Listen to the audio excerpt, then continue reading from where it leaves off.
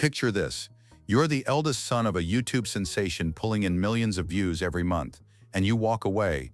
That's exactly what Rudy Wetzel did in April 2022, leaving his father Matt's wildly successful off-road recovery channel right when things were exploding. While most people assumed he'd eventually take over the family empire, Rudy had other plans. The truth behind his departure reveals a side of him that fans never saw on camera. From hidden jobs to secret projects, here's everything you didn't know about the guy who traded security for freedom. Here's something that flew under the radar for years.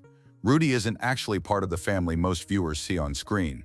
He's Matt's eldest son from a previous marriage, which means his relationship with the Wetzel household is more complicated than it appears.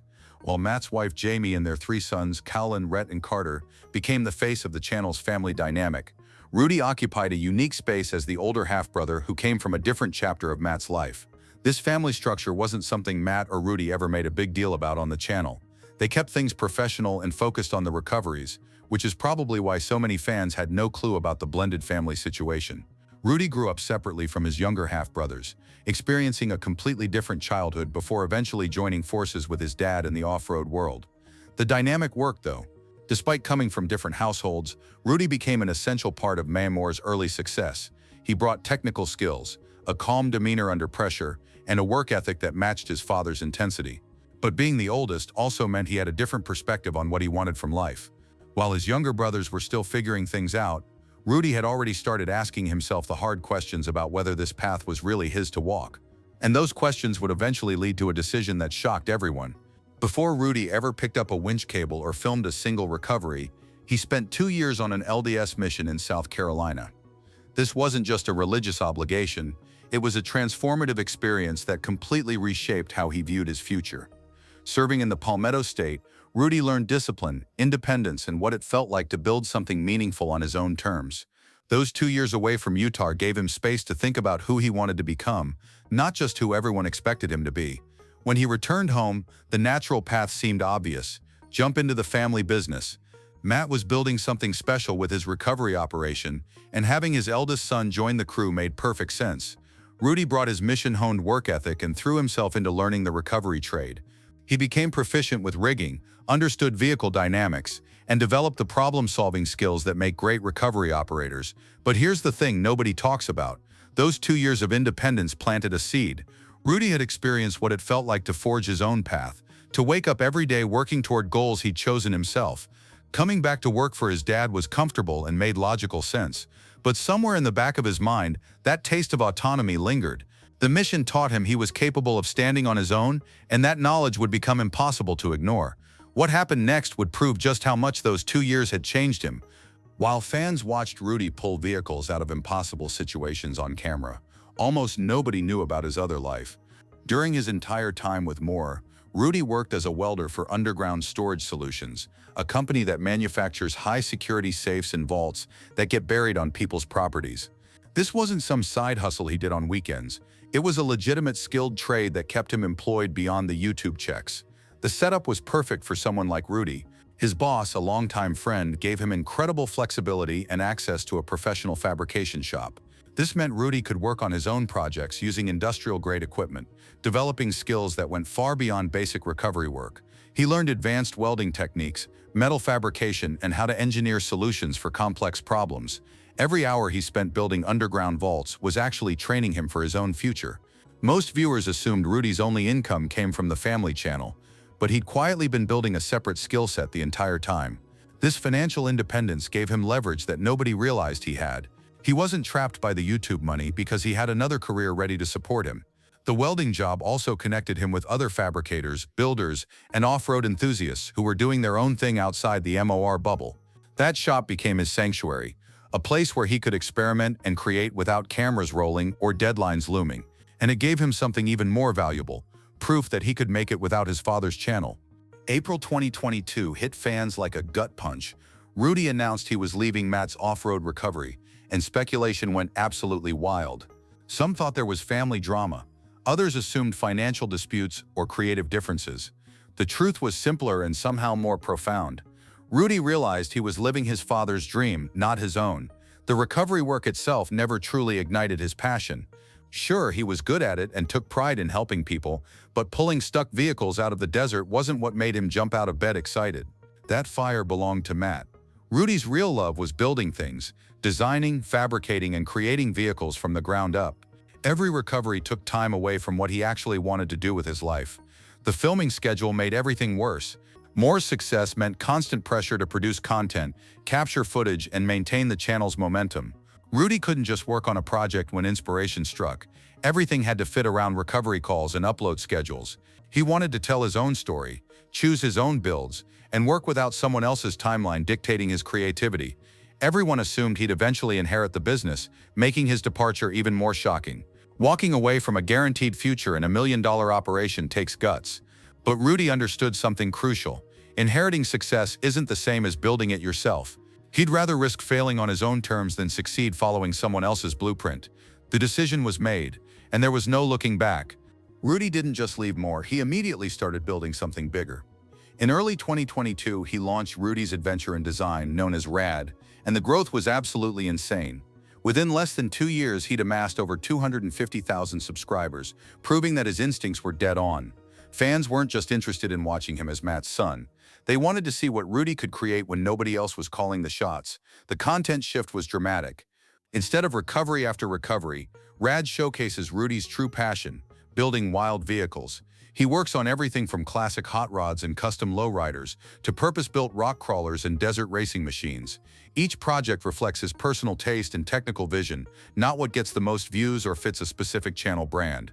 The freedom shows in every video. Current projects include a 1973 Chevy C10 being transformed into a drift truck, a completely unexpected 2002 Mini Cooper getting converted into a legitimate rock crawler, and an Ultra 4 race truck built for serious desert competition.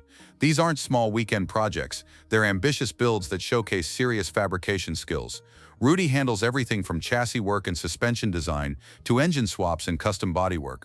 The channel's success validated his biggest gamble. He'd walked away from guaranteed income and massive exposure to bet on himself, and it paid off. Redud isn't just surviving, it's thriving. Rudy proved you don't need your family's platform to build something meaningful. Sometimes the bravest thing you can do is walk away from success to find your own. Behind every major life change, there's usually someone who believes in you when the risk feels overwhelming. For Rudy, that person is Janelle, his girlfriend who's been riding shotgun through this entire transformation. She's not just emotional support. Janelle works as a paramedic, handling real emergencies and saving lives, which gives her a perspective that keeps Rudy grounded when YouTube drama feels like the end of the world. But her role in RAD goes deeper than most fans realize. Janelle manages media responsibilities for the channel, handling behind-the-scenes logistics that keep content flowing. While Rudy's in the shop cutting metal and building machines, she's managing the business side, making sure deadlines get met and the brand stays consistent. It's a partnership that works because they each bring completely different skills to the table. The timing of their relationship is interesting too. Janelle became a constant presence right around when Rudy was making his exit from MOR, suggesting she played a role in giving him the confidence to take that leap.